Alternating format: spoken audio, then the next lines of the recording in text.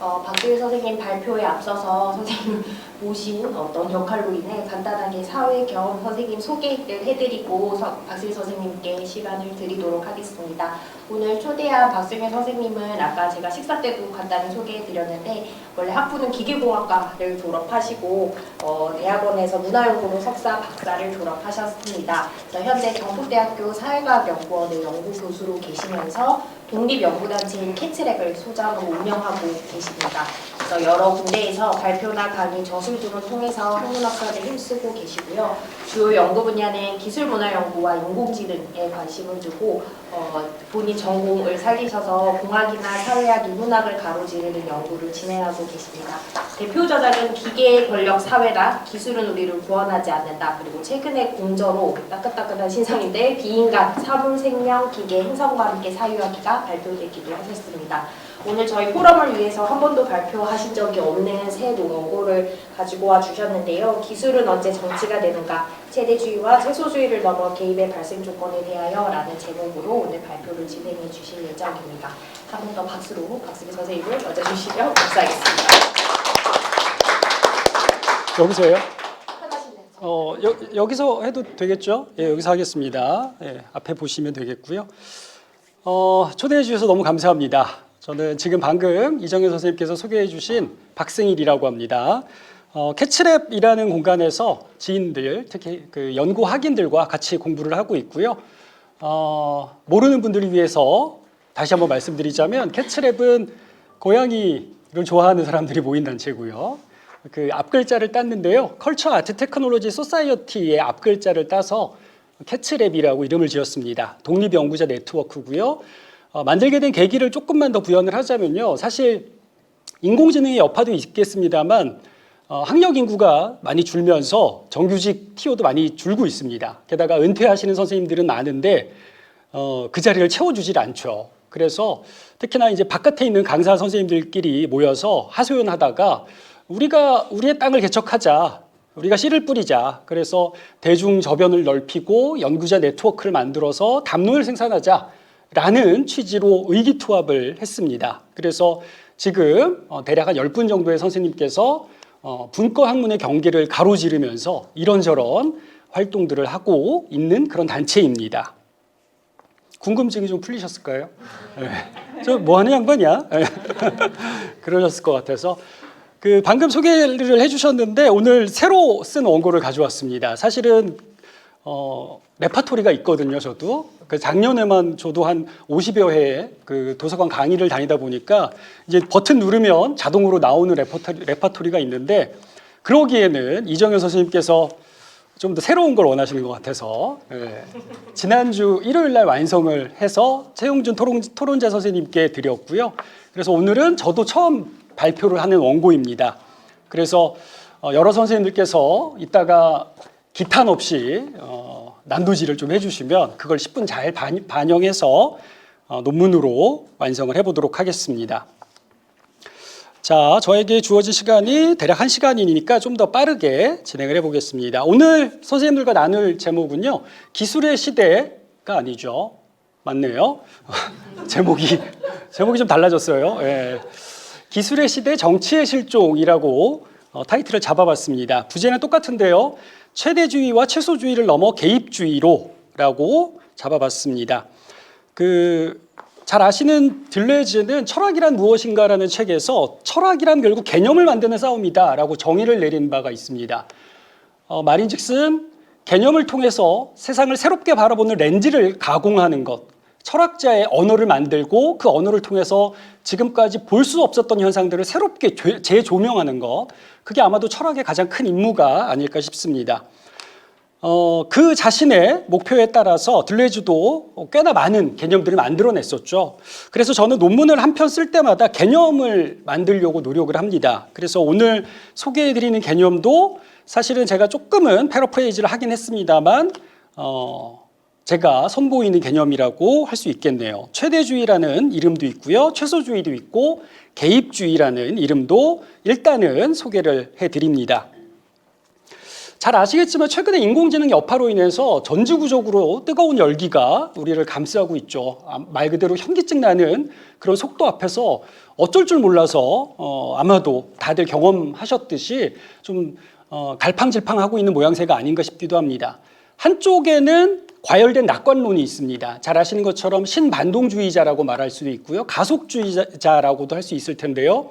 제이디 벤스를 비롯해서 피터 틸, 또 뭐 알렉스 카프라든가 미국 행정부에 젖줄을 대고 있는 꽤나 많은 빅테크 기업 기술인들이 한쪽에서 담론을 선도해 나가고 있습니다. 그리고 담론의 핵심이라는 것은 지금의 위기 따위는 기술 발전을 통해서, 특히나 그 슈페터가 말하는 혁신을 통해서 얼마든지 컨트롤할 수 있다, 문제될 게 없다라는 발상이겠죠. 심지어 트럼프는 지금의 기후 위기를 부정하고 있기도 하고요. 이 저간에는 뭐 이따가도 좀 말씀을 드리겠습니다만 새로운 미국을 통해서 지금 양분되어 있는 국제 질서를 새롭게 통일하자라는 그런 정치적인 마인드도 깔려 있는 게 사실입니다. 또 다른 한편으로는 2035년 혹은 2040년까지 아우르는 그 연속적인 시간선 안에서 인류가 아마도 티핑 포인트를 지나칠 수밖에 없다라는 불안한 상상력도 우리 주변에 왕왕 접해볼 수 있습니다. 예를 들면 그레타 툰베리가 끊임없이 말하고 있는 것처럼 지금의 기후위기는 결국 미래 세대에게 우리가 싸질러 놓은 똥에 가깝다라는 거죠. 아무도 우리는 책임지지 않고 있고 다만 우리의 자식들이 그 미래를 짊어질 수밖에 없다라는 겁니다. 그리고 2045년은 공교롭게도 기술 낙관주의자들이 특이점의 해라고 명명했던 해이기도 하죠. 2045년이 되면 드디어 인공지능은 AGI로 발전할 것이고 희소성의 원칙이라고 할 만한 경제 원칙이 붕괴되면서 모두가 풍요로운 사회가 될 거야 라고 읊조리던 사회가 2035년, 45년 그 언저리쯤 됩니다. 그리고 그 커즈와일이 계속 예언가처럼 말해왔던 것들이 너무나 빠른 속도로 현실화되고 있는 상황을 목도하고 있기도 해요. 사실은 작년과 또 다르고 재작년과 다르고 계속해서 달라지는 그 기술 풍경 앞에서 사실 여러분들도 따라가기가 너무 버거운 경험들을 하시지 않았을까 싶기도 합니다. 심지어 우리뿐만이 아니라 우리처럼 인문사회계 영역에서만 그런 게 아니라 기술 개발자들 안에서도 너무나 빠른 보폭 때문에 사실상 자기의 직업을 잃을까 두려움 그뿐만이 아니라 사실은 미래를 예측할 수 없다라는 데서 오는 공포, 불안감들이 더 많은 영향력을 미치고 있기도 하죠.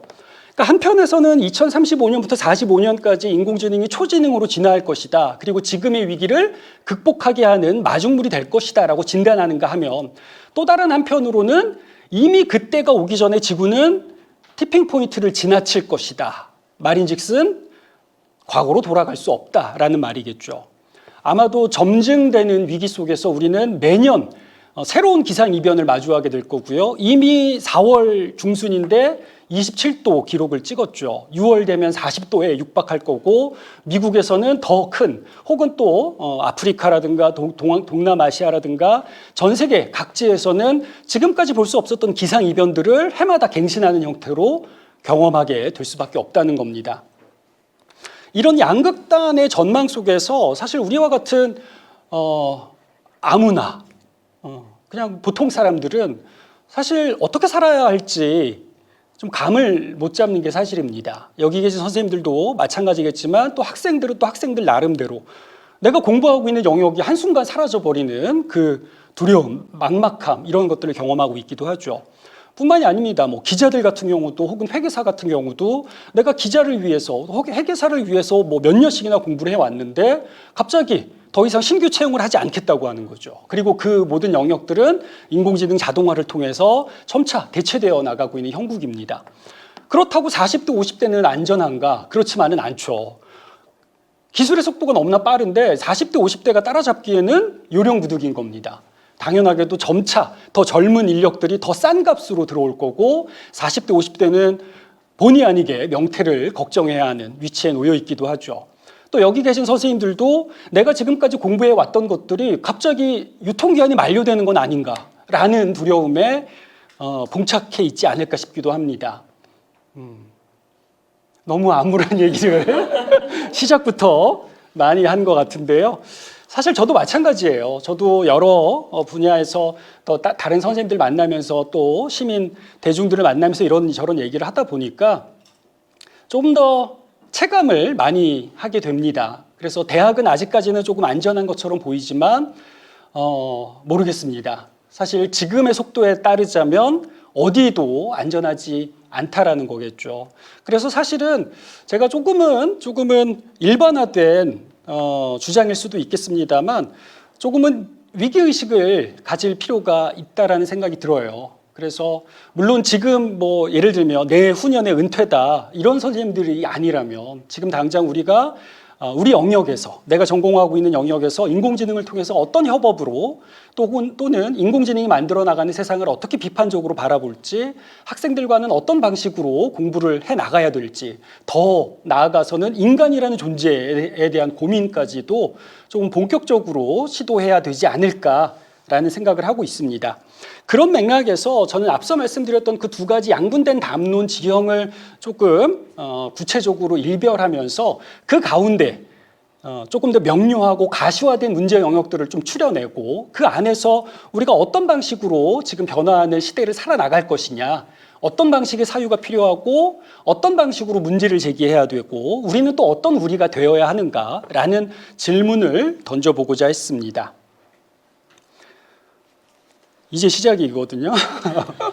네, 그래서 저한테 시간을 많이 주시면 안 돼요. 자, 아이고, 잠시만요.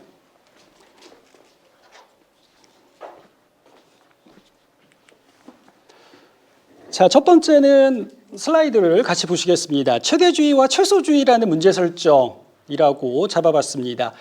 최대주의는 앞서 말씀드렸던 가속주의의 또 다른 이름이에요. 근데 그 최대주의라는 말 그 자체로 맥시멀리즘, 기술 발전을 최대로 가속하자, 엑셀을 밟자, 그리고 그 가속화된 기술이 지금의 위기를 해결하도록 만들자 등등 그런 일련의 흐름들 그리고 상상적 관계의 표상을 가동시키는 이데올로기적인 전략 등등을 일컫는 네이밍이라고 할 수 있겠습니다.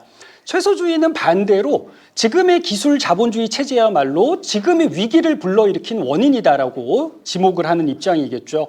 잘 아시는 것처럼 1, 2차 산업혁명을 필두로 해서 드디어 화석연료가 인간의 신체력을 기계력으로 대체하는 가장 중요한 자원이 됩니다. 그리고 이 화석연료를 통해서 CO2가 무한정 발생하게 되고 그로 인해서 생태계 균형이 깨지거나 엔트로피, 불안정이 발생하면서 지구에 커다란 기후 이상 기변이 만들어지게 된 거겠죠.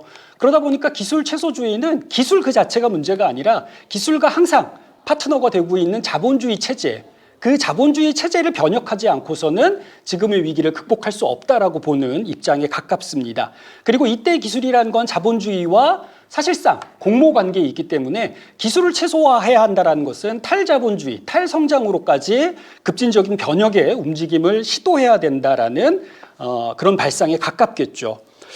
사실은 이 두 시각 모두 역사적인 사례를 통해서도 우리는 얼마든지 그 검증을 해볼 수 있습니다. 사실은 1900년대 이후로부터 인류의 문명을 다시 한번 살펴보자면 인류의 평균 수명은 계속해서 증가해 왔죠. 아동의 사망률은 줄어들어 왔고요. 전염병률도 줄어들어 왔고 또 뭐 그런 여러 가지 지표들이 있잖아요. 발병률도 그렇고 뭐 여러 가지 뭐 혜택의 뭐 그런 차원이라던가.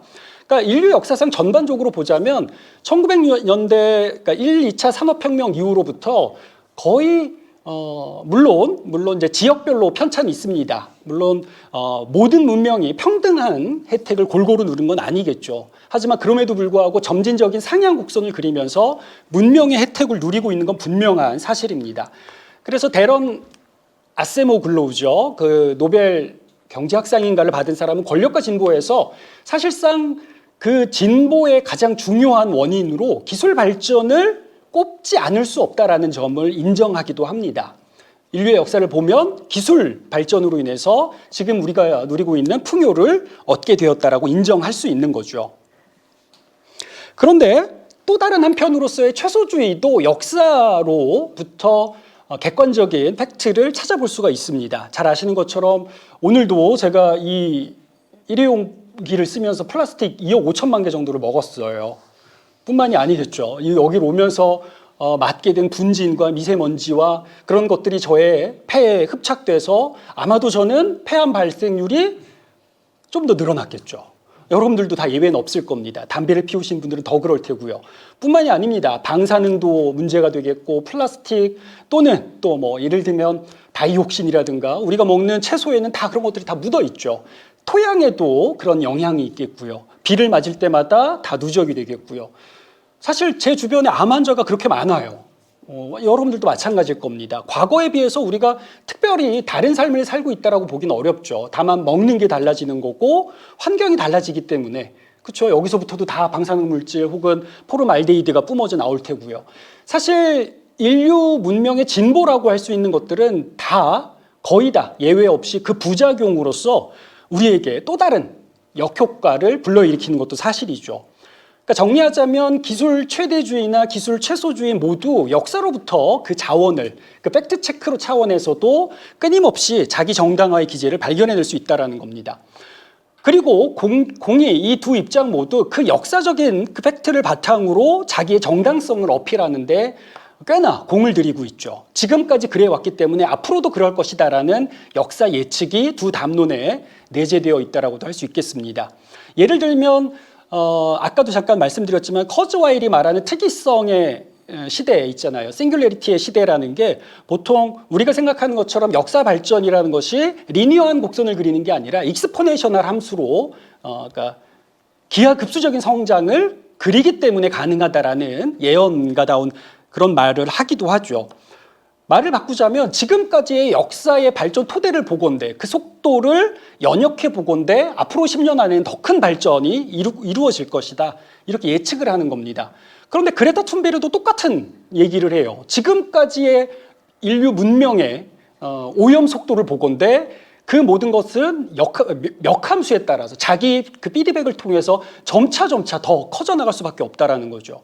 그러니까 두 입장 모두 과거로부터 미래를 예측하면서 미래는 기술 발전과 자본주의의 그 공모관계로부터 한쪽은 유토피아를 그리고 한쪽은 디스토피아를 그리는 식으로 전혀 다른 판단의 근거로 삼고 있다는 겁니다. 그러다 보니까 우리는 이 두 가지 마치 우리를 둘러싸고 있는 그 담론의 지배적인 상황 속에서 이 두 가지의 언설들만을 자주 접하게 되면서 마치 세계는 이쪽 아니면 저쪽인 것처럼 두 가지 양분된 갈래 앞에 서 있는 어린아이처럼 조금은 방황하는 형태로 울면서 미래를 바라보고 있는 게 아닌가라는 생각이 들기도 하는 거죠. 너무 빠른 건 아니죠? 괜찮죠? 예. 선생님 이제 20분 됐습니다. 여기까지가 서두라서 관심 있으신 분들은 이 논문을 참고해 주시길 바라고요. 혹은 기술은 우리를 구원하지 않는다 해도 일정 부분 논의가 들어가 있으니까 혹시라도 이후의 논의가 궁금하신 유튜브 시청자들께서는 참고 자료를 봐주시기 바랍니다.